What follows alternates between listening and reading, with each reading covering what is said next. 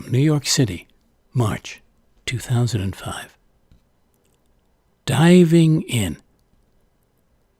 With familiar form, you reach for the switch of the old bedside lamp and, making a half-twist, dive and splash, freckles and curls, into the soft white waters of your pillows and sheets, and sink smoothly down to deep and quiet sleep and rippling dreams.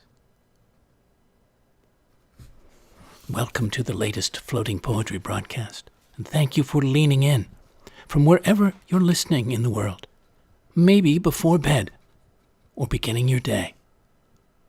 I'm pleased you're pausing here for show 161, coming to you live from the waking and soon sleeping coast of Rhode Island. This is your poet and poetorialist Colin Goedecke, a voice for living our days more fully, more alively, more poetically.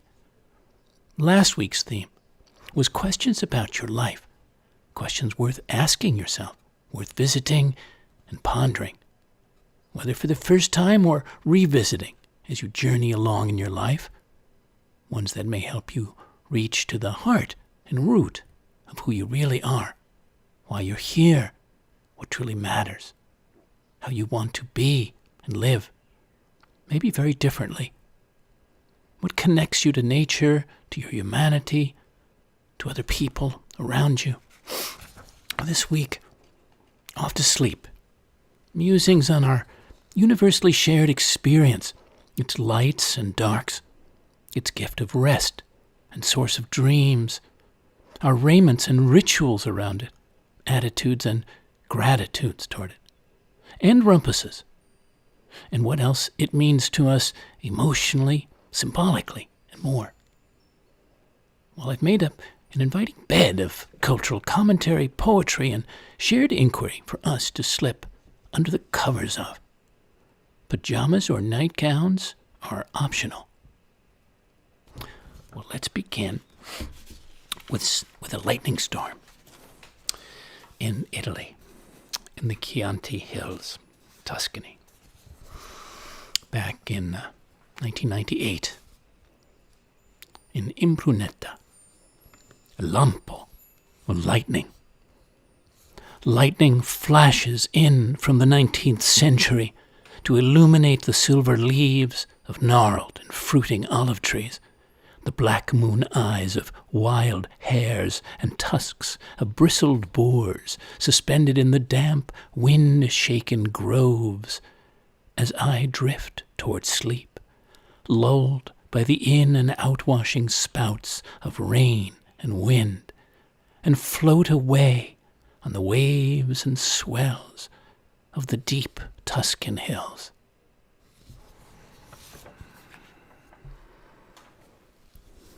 From Morristown, New Jersey, May 2017, Papoose. Swaddled natively, in soft sheets, warm blankets, snug with the large maternal body of the morning bed, where I birth out of a deep, dreaming sleep on a cool and quiet country spring morning.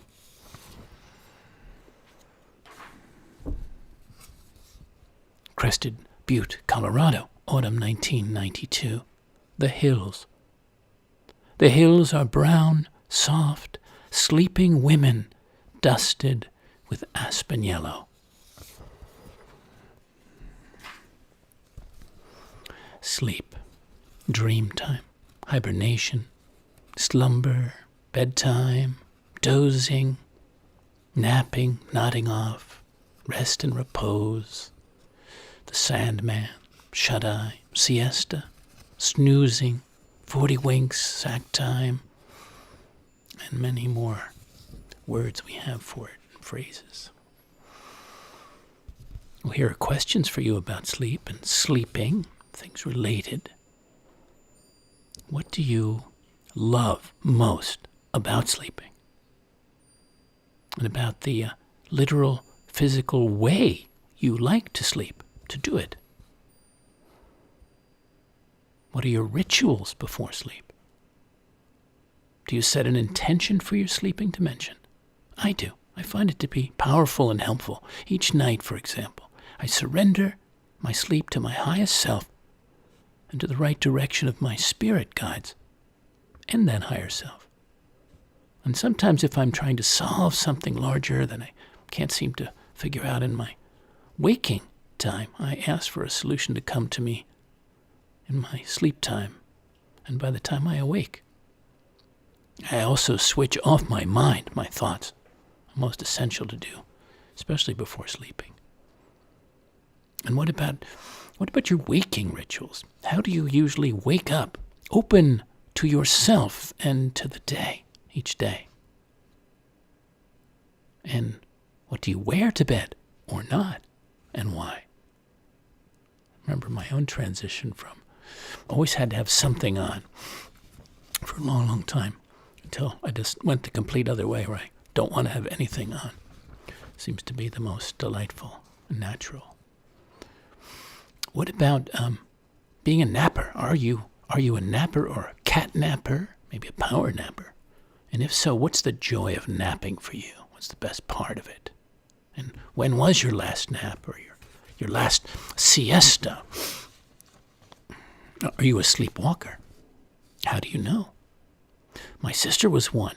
She used to go down to the kitchen in her sleep regularly, middle of the night, asleep, make and eat a sandwich, then go back to bed. My older brother was the eyewitness to that. Do you know any Olympic snorers? Are you one yourself? Maybe a secret one. Crypto snorer. And what causes you to doze off? A too warm room? A cozy chair? A boring speaker? That latter one always knocks me out. First I glaze over and then I doze off. What about getting enough sleep? Are you? And enough deep sleep? It is, after all, part of our essential nourishment and restoration time. Is there something making you restless these days? Maybe keeping you from having an easy sleep? Maybe a burning personal or world issue? We certainly have plenty of those. If so, I wish you calm and easierness of being and resting. Other than those things, what's your biggest challenge to falling asleep if it's recurring? And unless you're one of those who's out cold as soon as you hit the pillow. And do you have any good antidote to sleeplessness? Many of us might want to know, not me, but others. What helps you to go to sleep? Maybe it's music or meditation or a warm bath or shower or reading. Mine is reading. We all have warm shower and then reading. What are your favorite or best experiences of sleep from childhood? And what about early on, any lullaby you remember hearing, being soothed by? If you're a mother or father, do you or did you sing one to your child or children? What was it? Do you remember it? Have you ever cried yourself to sleep? If so, what was going on for you when you did? Have you ever sung yourself to sleep? That's a lovely thing. And what have you been dreaming about lately? And what significance might a recent dream have in your waking life? I think of dreams as another reality, as real as the waking one, just with a different, mysterious set of rules and rhymes. All right, let's go on. Missy Mary, siesta, from Gorizia, the island of Kea and the Aegean in the Cyclades, August 2012. Missy Mary. Sun-caked white walls, cascades of bougainvillea, scents of sweet basil, jasmine, geranium that plume as you pass through the quiet hours. Sea blue shutters closed, stillness, even the cicadas slighter, the sleeping bodies of the islanders lighter, the passage of time slower. Ozymandias. Poem from January 2005, New York City. Living there, and I hadn't seen this poem in many years, but it came up to me as I was putting things together. You'll see why. The shirt. As a college boy, my Brooks Brothers button-downs used to balloon out from behind like bountiful spinnakers. 25 years later, I fill them out breezily, but much less blousily. Now man, not boy-like. Or one, the only one left, a pale red pencil-striped chemise, feather-soft, from ages of laundering that belonged to Uncle H, a loyal to the last customer until he left his classic shirt and suede shoes and silk pajamas behind. A toast to him and the best memories of him. So when we speak of sleep, we definitely ought to talk of nightwear, pajamas. So I went to Wikipedia. There's so many different things about pajamas, but I thought they had a couple of good commentaries. Colloquially shortened to PJs, jammies, gym jams, or in South Asia, night suits. I never heard that before, or gym jams. They are derived from the Indian and Persian bottom wear, spelled Pyjamas, originated in the Indian subcontinent and adopted in the Western world as nightwear. Well, here's a bit of the history. The worldwide use of them, the word and the clothing outside, was adopted by British colonists in India in the 18th and 19th centuries and the British influence on the wider Western world during the Victorian era. They have been introduced to England as, quote, lounging attire as early as the 17th century, then known as, quote, mogul's breeches, but soon fell out of fashion. When the actress Bette Davis wore her husband's pajama top as a nightie in the 1956 film Old Acquaintance, it caused a fashion revolution, with I. Magnin selling out of men's sleepwear the morning after the movie opened, and all of it to young women. How about that? Since the late 18th century, some people in particular in the U.S. and Britain, Ireland, Australia, New Zealand have worn them in public for convenience or as a fashion statement. Not my thing, but I've seen lots of people out much more often in the last years in their pajamas, going to the grocery store and other things. What's your feeling about pajamas? And do you love them? Do you wear them? And do you wear them outside the house? If so, what's that about? JaneAusten.org site had a little something about nightgowns and, quote, under things. Isn't that a charmingly amusing Victorian word? Under things. They don't say over things, just under things. They mention night shirts, which were first found in the late Middle Ages under the term bed shirt, because until then people had either slept naked or had kept on their day clothes. And they were very capacious at the beginning. And dressing gowns, undress gown, nightgowns, and negligés. All terms for a comfortable house garment in the 17th and 18th centuries was known as a nightgown and worn by both sexes as an informal house dress, originally based on the Far Eastern kimono or banyan. Well, I thought you'd find that interesting. I certainly did. I didn't know those things. Next time you see someone in pajamas or put them on, think of that. From Punta Bete, from the Yucatan, Mexico, February 2001, morning light.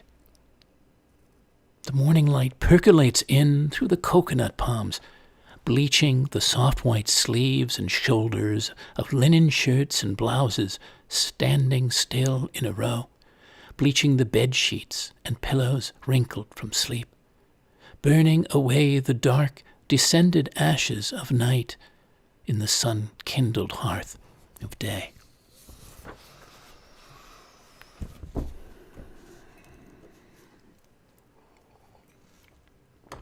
I found it delightful. A poem I had not, many here, but I wasn't familiar with, but one by John Ashbery. Sleepers awake. Cervantes was asleep when he wrote Don Quixote.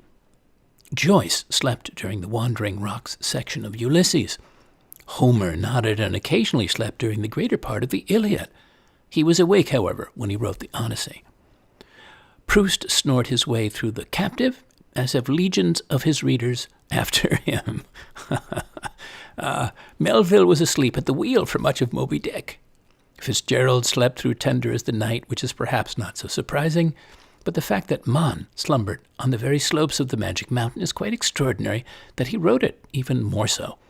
Kafka, of course, never slept, even while not writing or on bank holidays. No one knows too much about George Eliot's writing habits. My guess is she would sleep a few minutes, wake up and write something, then pop back to sleep again. Lew Wallace's 40 Winks came incredibly during the chariot race in Ben-Hur. Emily Dickinson slept on her cold, narrow bed in Amherst. When she awoke there would be a new poem inscribed by Jack Frost on the window pane outside. Glass foliage chimed.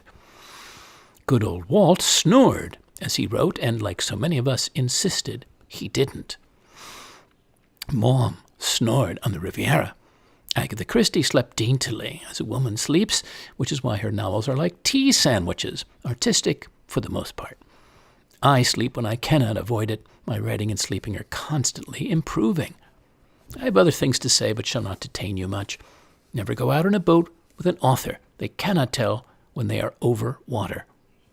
Birds make poor role models. A philosopher should be shown the door, but don't, under any circumstances, try it. Slaves make good servants. Brushing the teeth may not always improve the appearance. Store clean rags in old pillowcases. Feed a dog only when he barks. Flush tea leaves down the toilet. Coffee grounds down the sink. Beware of anonymous letters. You may have written them in a wordless implosion of sleep. Thank you, John Ashbery. Sleepers Awake. That's the title of that. I always like to tell you about interesting books. Interesting, I think, to me, and maybe you. This is Sleep Demons, an insomniac's memoir by Bill Hayes, Hayes. He's a writer and photographer. And he talks about REM sleep, the poetics of yawns, and Maurice Sendak's antidote to insomnia. Sleep acts more like an emotion than a bodily function. As with desire, it resists pursuit. Sleep must come find you. So in here he says many things, but I'll give you two. Our entire lives are shaped by circadian rhythms, gravitational forces, and seasonal cycles, day and night, ebb and flow, growth and decay, all of which, in my view, may be echoed in grander schemes throughout the cosmos. Daylight to darkness, the body mimics the behavior of the earth itself. Perhaps this is why vexing sleep questions, why do humans dream, why do we wake up, sound like great metaphysical questions on the meaning of life, excerpts from a timeless dialogue on truth and illusion, awareness and unconsciousness. So he knew Maurice Sendak, the famous children's book illustrator, Where the Wild Things Are. You might know that one most of all. So he said when he last visited, he gave me a good piece of advice, though he didn't realize it at the time. He said, you know what I do when I can't sleep? I sit up in bed, push the curtains back, and pull up the window shade. Maurice, who'd had a run of serious illnesses, including a major heart attack, said he used to feel frightened and anxious when he couldn't sleep, but now appreciates an aspect of it. The night air makes me feel safe, real. He inhaled slowly as though savoring a whiff he'd brought with him. I'm not afraid to die. The one thing I will miss most though, is air at night. Life coming through the window. Sleep Demons is the book. I mentioned sleepwalkers earlier in my questions for you, and here's an Edward Hirsch poem for the sleepwalkers. Tonight I want to say something wonderful for the sleepwalkers who have so much faith in their legs, so much faith in the invisible arrow carved into the carpet, the worn path that leads to the stairs instead of the window, the gaping doorway instead of the seamless mirror. I love the way that sleepwalkers are willing to step out of their bodies into the night, to raise their arms and welcome the darkness, palming the blank spaces, touching everything. Always they return home safely, like blind men who know it is morning by feeling shadows. And always they wake up themselves again. That's why I want to say something astonishing like, Our hearts are leaving our bodies. Our hearts are thirsty black handkerchiefs flying through the trees at night, soaking up the darkest beams of moonlight, the music of owls, the motion of wind-torn branches. And now our hearts are thick black fists flying back to the glove of our chests. We have to learn to trust our hearts like that. We have to learn in the desperate faith of sleepwalkers who rise out of their calm beds and walk through the skin of another life. We have to drink the stupefying cup of darkness and wake up to ourselves, nourished and surprised. Thank you, Edward Hirsch. Enjoyed finding that one for us. It's a different book. This is Till Rünenberg's book, Internal Time, the Science of Internal Time, Social Jet Lag and Why You're So Tired, debunking the social stigma around late risers or what Einstein has to do with teens' risk for smoking. Really interesting read. He's a German chronobiologist. I didn't even know there was such a thing, but no surprise. So he traces the evolutionary roots of different sleep cycles and argues that while earlier chronotypes might have had a social advantage in agrarian and industrial societies, today's world of time shift work and constant connectivity has invalidated these advantages, but left behind the social stigma around later chronotypes. And he debunks the myth about early risers. Even though it dominates our belief, it does not apply anymore. And he says, unlike what happens in real jet lag, people who suffer from social jet lag never leave their home base and can therefore never adjust to a new light-dark environment. While real jet lag is acute and transient, social jet lag is chronic. The amount of it that an individual is exposed to can be quantified as the difference between mid-sleep on free days and mid-sleep on work days. Over 40% of the Central European population suffers from social jet lag of 2 hours or more, and the internal time of over 15% is 3 hours or more out of sync with external time. There's no reason to assume that this would be different in other industrialized nations. So there you have it. Which led me to find a word and a thing I didn't know about either. Microsleep. Have you heard of that? I thought it sounded like something like microdosing, like you'd give yourself a little bit of sleep here and there, but it's not that at all, almost the contrary. It's a sudden temporary episode of sleep or drowsiness which may last for a few seconds, where the individual fails to respond to some arbitrary sensory input and becomes unconscious.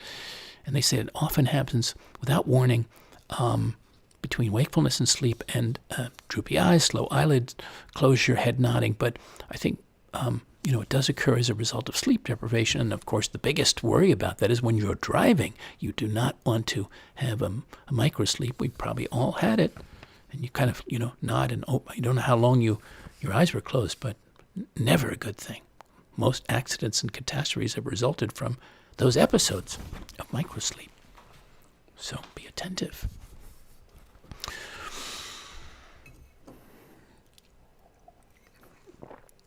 The astrologer, writer Rob Bresney, need to sleep and dream a lot. I have observed that some people are proud about how little sleep they need. They regard it as a sign of vitality that 6 hours provide all the refreshment they require. Personally, I rarely get less than 9.5 hours and usually prefer 10. Maybe it has to do in part with how active I am while I'm asleep. I've been remembering and recording an average of 3 dreams a night since I was 19. Dream work is a vocation for me. I regard it as having been crucial to my development as a creative writer and musician. How about you? What is your relationship to sleep and dreams? Is there a dream you had that you'd care to share? Asks Rob Bresney. Well, by the way, I wanted to mention a word on the choice of the image for this week's program. A visual poem I composed in Sag Harbor, New York, back in time. That beautiful statue belonged to friends of a place where I was serving as a poet in residence for a good while. It's the reclining Buddha, iconographic representation of him lying down. And that particular position, I didn't know this, is called the Mahaparinirvanasana in Buddhism. And those statues are not supposed to induce a state of sadness to the followers of Buddha, but to taken as an object of encouragement that all beings have the potential to be awakened or enlightened and release themselves from the suffering that's characterized by the cycle of rebirth. The serene and smiling expression portrays the compassion and calmness that comes with the enlightenment. And so, yes, it was beautiful to choose, but it was also for that reason as well. Give you a sense of that. I wanted to mention, as I was sourcing material, I immediately thought of one of my favorite films, 1946 Hollywood classic, The Big Sleep. And Wikipedia talks about it for us, a film noir directed by Howard Hawks, first film version of the 1939 novel of Raymond Chandler. It stars Humphrey Bogart as Detective Philip Marlowe and Lauren Bacall in a story about a, quote, process of a criminal investigation, not its results. Great film. Great dialogue, great story, great filming. Great film noir. Yeah, if you haven't seen it. Wonderful. I think it holds up beautifully, actually.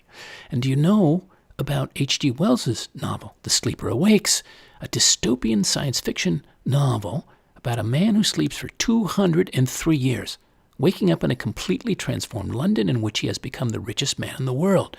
The main character awakes to see his dreams realized and the future revealed to him in all its horrors and malformities. Published as a serial, then as a book in 1899. And then, of course, there's Woody Allen's cult film Sleeper, kind of on a similar wavelength, in a way, in terms of a man being, reanimated after a very long sleep of some generation or two.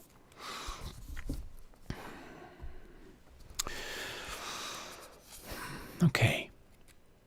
Those good experiences we've had sleeping in other people's houses and beds in our times. This is Deborah Gottlieb Garrison's poem, Long Weekend at Your House. Strands of wind move through your house like the finest blonde hair, like your hair. The porch that needs painting peels its white skin in the sun. We eat breakfast out here, although it is nearly fall and too cold. You spent a score of summers slipping out this screen door, which sighs no when opened, yes when closed, out to town or the sea alone. The caretaker lives in the potting shed, a fair-skinned man with slender hands. He parks his spindly bike against the gate, paints, fries his breakfast in the kitchen's best iron skillet. Together we envy him. From his garden we pilfer the late tomatoes of August.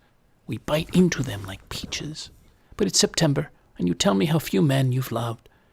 Outside you point at the scrubby pine, the path to the cliff, the fading rug of summertime. All this you are heir to. Of course I want to be you. Inside, the brown spines of books your parents must have read in their stormiest season. At night, I sink into their bed and sleep. Lovely. Long weekend at your house. Thank you, Deborah Gottlieb Garrison. And here's another one I discovered, and a poet I didn't know, Rebecca McClanahan. What about our sleep-centered memories? Watching my parents sleeping beside an open window near the sea. Needing them still, I come, when I can, this time to the sea where we share a room. Their double bed, my single. Morning fog paints the pale scene even paler. Lace curtains breathing, the chenille spread folded back. My father's feet, white sails furled at the edge of blue pajamas. Every child's dream, a parent in each hand, though this child is 50. Their bodies fit easily, with room to spare. When did they grow so small? Grow so small, as if it were possible to swell backwards into an earlier self. On the bureau, their toys and trinkets, his shaving brush and pink heart pills, her gardenia sachet, the tiny spindle that pricks the daily bubble of blood, her sweet chemistry. Above our heads, a smoke alarm pulses, its red eye beating. One more year, I ask the silence. Last night, to launch myself into sleep, I counted their breaths, the tidal rise and fall. I now put my ear to the coiled shell of their lives. Thank you, Rebecca McClanahan. Do you have rememberings of your parents or siblings sleeping? John Thorne wrote this back in 1989 from Safe in Bed, The Dangerous Truth. A mattress on the floor is only a pad. Lifted up and set on springs, it becomes a body, taut but yielding, muscular, resilient. Our bed remains the same stolid, gentle presence, not quite animal and not quite person, that we once tamed so it might take us down to sleep. Each night we climbed under its clothing and pressed ourselves against its skin. At first feeling wobbly on our perch, we tried to cling to its broad, strong back, but it proved no hard task to find our balance there, easier, in fact, than the one we had just gained on our own unstable feet. Lifted from the floor, a bed becomes more than a place to sleep. The continuous subtle alertness needed to stay aloft there made us conscious not only of its body, but of our own. Where once, tucked snugly under sheet and blanket, we wanted only the safety of that tight embrace, we soon began, in the secrecy of darkness, to shake it loose, inch by inch, to slowly, innocently slide our bodies through the soft, resisting sheets. We did this not only because the bed's baggy clothing, unlike our own, was so deliciously accommodating to inquisitive limbs, but because mastery had made the bed ours. The space beneath the covers was ours even before our room was. Just as now, it is the last place we surrender when age or illness creeps us to box us in.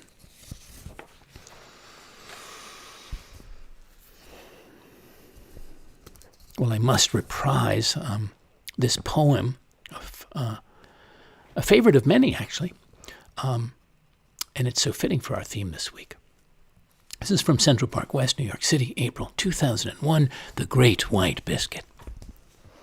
Our moniker for the mattress and box spring, the king-sized bed, the often enflowered bower of bliss, we call the Great White Biscuit.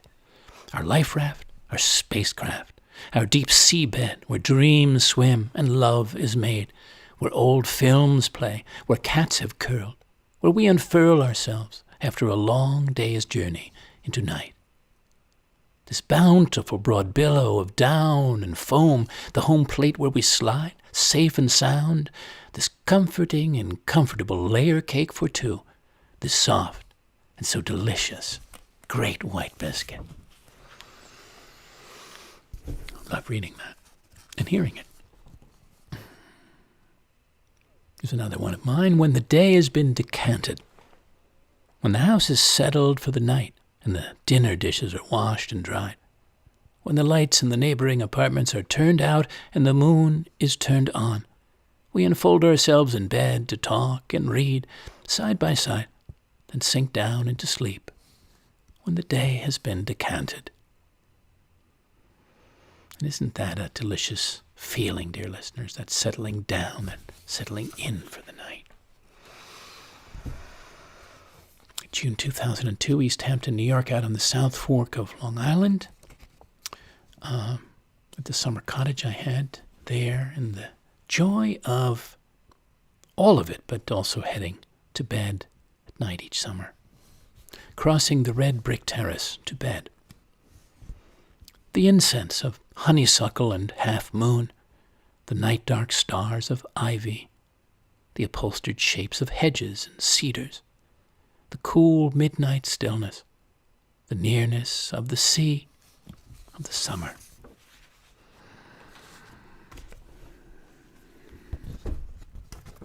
The poet Mark Strand on dreams. Here's a poem of his on them called Dreams. Trying to recall the plot and characters we dreamed, what life was like before the morning came, we are seldom satisfied, and even then there is no way of knowing if what we know is true. Something nameless hums us into sleep, withdraws and leaves us in a place that seems always vaguely familiar. Perhaps it is because we take the props and fixtures of our days with us into the dark, assuring ourselves we are still alive, and yet nothing here is certain. Landscapes merge with one another. Houses are never where they should be. Doors and windows sometimes open out to other doors and windows. Even the person who seems most like ourselves cannot be counted on, for there have been too many times when he, like everything else, has done the unexpected. And as the night wears on, the dim allegory of ourselves unfolds, and we feel dreamed by someone else, a sleeping counterpart who gathers in the darkness of his person shades of the real world. Nothing is clear. You're not even sure if the life we live there belongs to us. Each night it is the same. Just when we're on the verge of catching on, a sense of our remoteness closes in, and the world so lately seen gradually fades from sight. We wake to find the sleeper is ourselves, and the dreamt of is someone who did something we can't quite put our finger on, but which involved a life we are always, we feel, about to discover. Thank you, Mark Strand. I'm going to save this for another time. It's a lovely poem by Michelle Wolf, The Sleeping Gypsy. Like that. There's other things I want to share. Keep us in good time. Also, Pablo Neruda's poem, beautiful love poem, love sonnet number 81, I think it is, Sonetos de Amor, about the transcendence possible in our dreams and the great transportings. Yeah, I'll have a look at that one sometime. Nicholas Christopher's poem, Midsummer. Bachot says the body is composed of 100 bones and 9 openings, within which flimsy structure the spirit dwells. Floating by the park at dusk, through the heavy trees, the white building glides like a ship. An amber lamp is lit in a top-floor window, and a woman in her robe is leaning on the sill, eyes closed to the sunset. A violet shadow is pouring down the side of the building from her long hair. 2 pigeons are perched in the next window against a black room. Beyond the trees, down a rough slope, the river is winding around the island, flowing into the sea. Slowly the mist off the river coils around the building, concealing it, and just as slowly it lifts. Only now the woman's lamp is extinguished. Her window remains open. The curtain flutters, but there is no sign of her, laid down to sleep in the darkness, her pale body with its 100 bones and 9 openings, from which the spirit will one day slip, like the mist seeping back through the trees, along the river, out to sea. Midsummer. Thank you, Nicholas Christopher.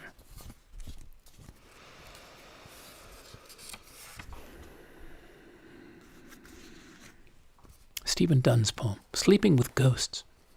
The ghosts who've resided for years in those perfectly made beds in houses you visit overnight were once just guests like you, or true inhabitants who died quietly, almost happy, with the lights out. They are the ghosts who let you sleep, who speak, if they speak at all, into the ear closest to the pillow, offer you assurances of dawn while their vaguely palpable bodies touch you like a strange wind looking for a place to rest beneath the covers. Those other ghosts, wronged and forever in league with wrong, so much has been said about them. But the ghosts who sleep with you and let you sleep are the ones you might have invited to your bed had you known them in proper time. They might have believed in the future even then, and would have let you leave them easily, knowing somehow it would come to this, you one day drifting toward them without fear, in a world wholly theirs. Sleeping with Ghosts. Thank you, Stephen Dunn. So how about from ghosts to dogs? Completely different, and everything in between, of course. People sleep with or dream about sharing a bed with, a strange bedfellow with, as they're sleeping. This is Tammy Haaland's Haaland poem, Sleeping with the Chihuahua. In the evening she comes to me like a child ready for bed. She slips under covers, curls into my curves, or stretches against my spine. Some have said they fear I might crush her, but we're a tender pair, each aware of the warmth and the other. I knew a woman once who kept an orphaned antelope, let it roam her kitchen, sleep in her bed, musky scent and hooves. This dog looks like a small deer, poised and silent in the lawn, but at night she is a dark body, lean and long against the lavender cotton of my summer sleeping. We are bone and bone, muscle, and underneath each surface a quiet and insistent pulse. Thank you, Tammy Haaland. Sleeping with the Chihuahua. Well, that made me think of a poem I had written for a beloved cat of mine back in time in Manhattan when I lived there. He was a whimsical white tomcat with yellow saucer eyes. His name was Giovanni. This was November 1998. An upside-down cat cake. I love your upside-downness. The way you sleep, teardrop body at total rest on your cloud of blue mohair blanket, back legs and tail tucked away under your fresh snowfall of fur, paws curled together in pink-palmed prayer, and that deep dozing head swiveled around impossibly upside down, facing the bedroom ceiling and the place where your animal dreams descend. Love that cat. And feline.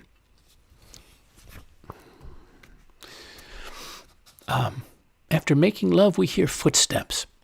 Galway Canal's poem.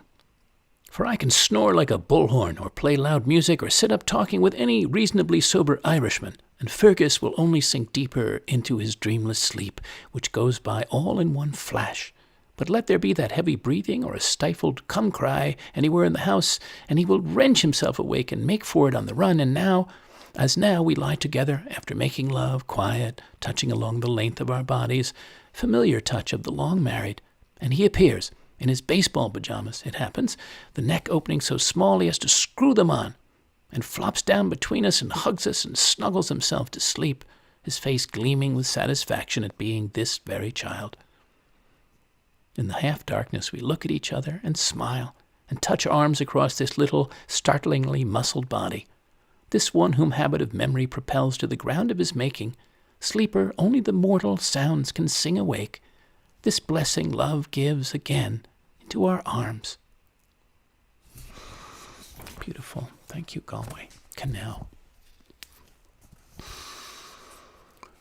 From the fishing village of Vurkari, an island in the Aegean, August 2012. For a then love that I thought of, who was on the other side of the world, in sleeping time, while I was in my waking one. While you sleep. I walk while you sleep, swim while you dream, turn my face to the sun while you turn yours to the moon, drink dark wine as you drink dark night air, listen to deep blue water lapping, listen to your heart beating while you sleep.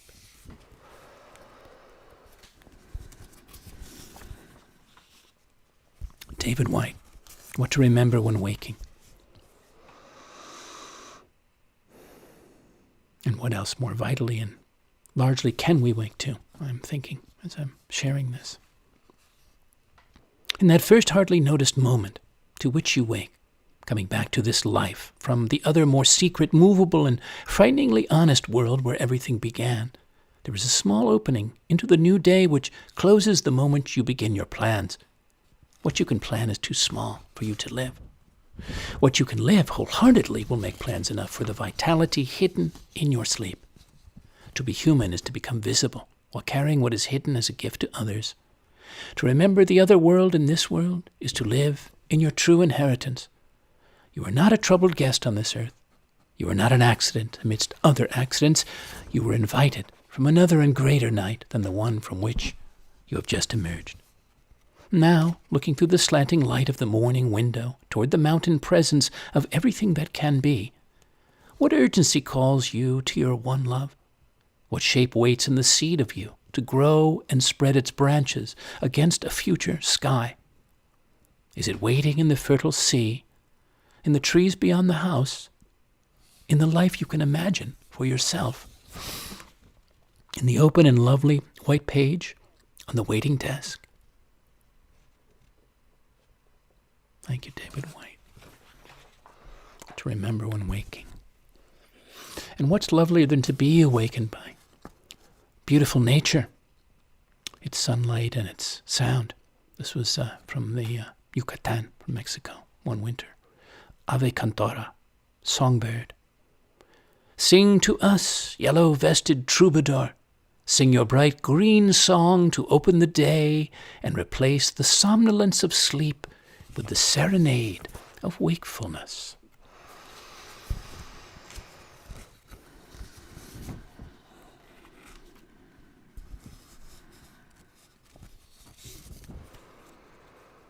from Long Beach, Long Island, February 2020.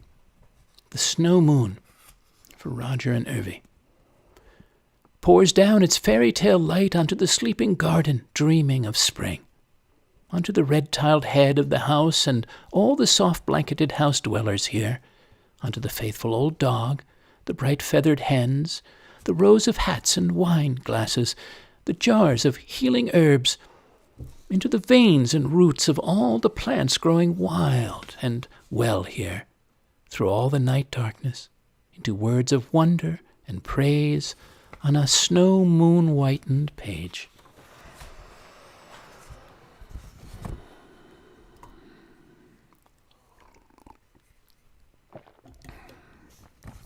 From the Masseria Il Frantoio, near Ostuni in Puglia, in Italy, January 2006. The mise en scène at the Masseria.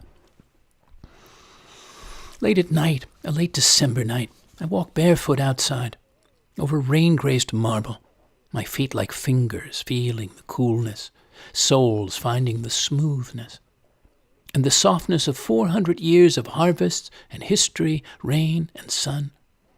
I savor the wildness of the wind in the olive and myrtle trees, and the old Masseria sleeping here in the green heart of Puglia.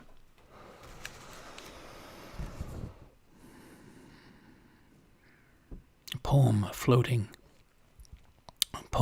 out once by the ocean, floating and wondering. The briny deep, in the beautiful briny deep, where ancient mariners sleep.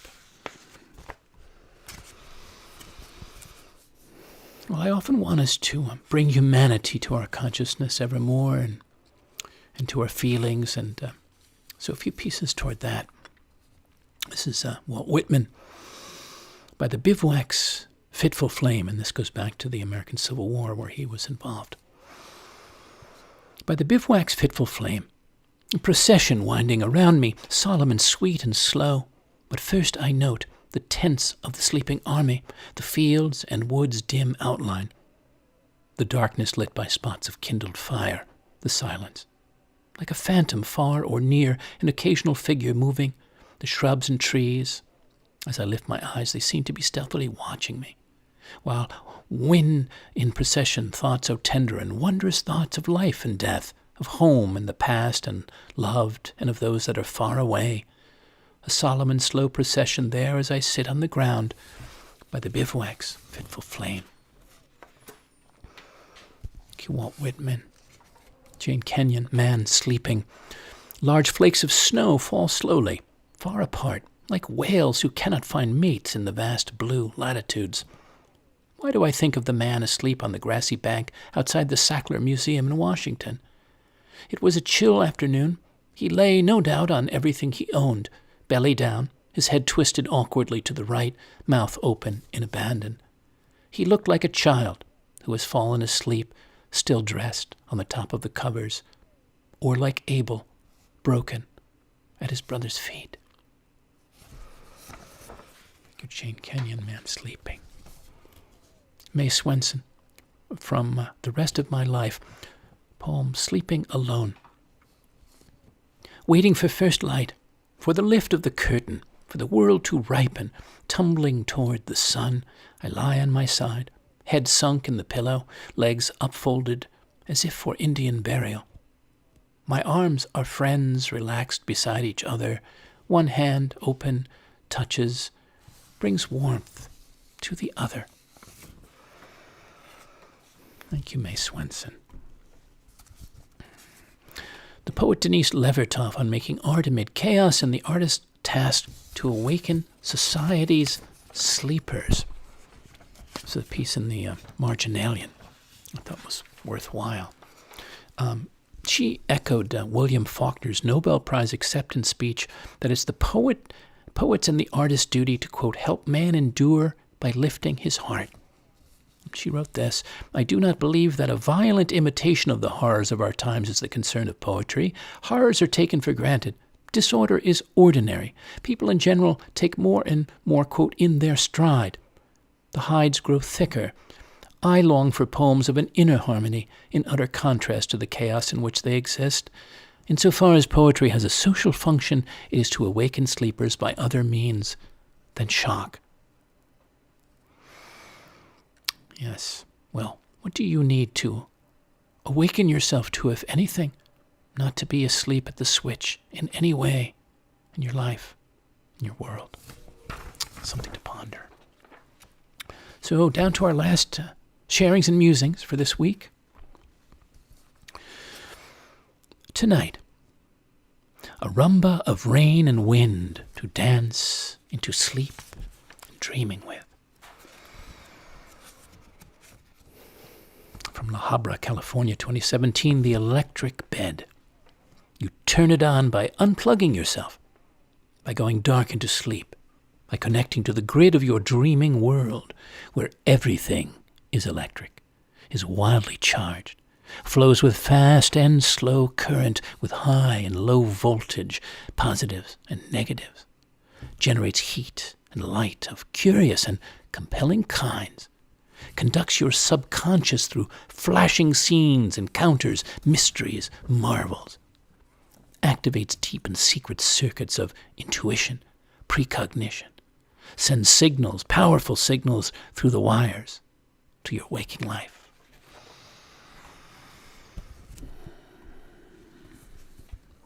East Hampton, New York, November 2006. Our white balloon. The burner fires in the belly of the house, fills our white balloon of sleep and dreams, allows us to float in our gondola of goose feathers and flowered sheets high enough above the earth and ocean of our waking life, where our bodies feel as free as the air. Next to last for now, and maybe as you are moving toward your own night, toward bed, toward sleep and dreams, the watching winter moon. The moon eyes me overtly, peers so brightly, intently, through the bare oak branches, into my room and bed, at my face and hands, shoulders and bare chest, blanket-covered waist, warm legs. Studies the open books of Stroud and Rumi poetry waiting to be read before sleep. In the lilting way, I take in a few pages of Beauty, O'Donoghue's lyric Celtic musing. Doesn't blink when I return its persistent, insistent gaze. Watches on in white silence, long after my lamp has been switched off and my eyes have folded into dreams.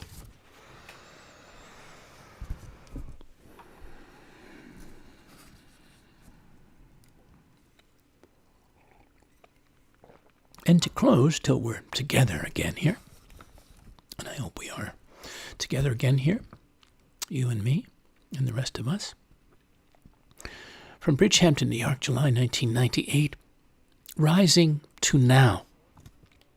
Imagine half waking in a seaside bed, your eyelids filling with sun, your ears filling with fore and background notes of first morning birds tuning in the trees, your skin sensing a stir of ocean-washed air as you bring yourself into being. Thank you again, friends, for leaning in, thinking and feeling in, and without falling asleep during our time together. Appreciate that. And if you have, I hope it was a good dosing, good nodding off.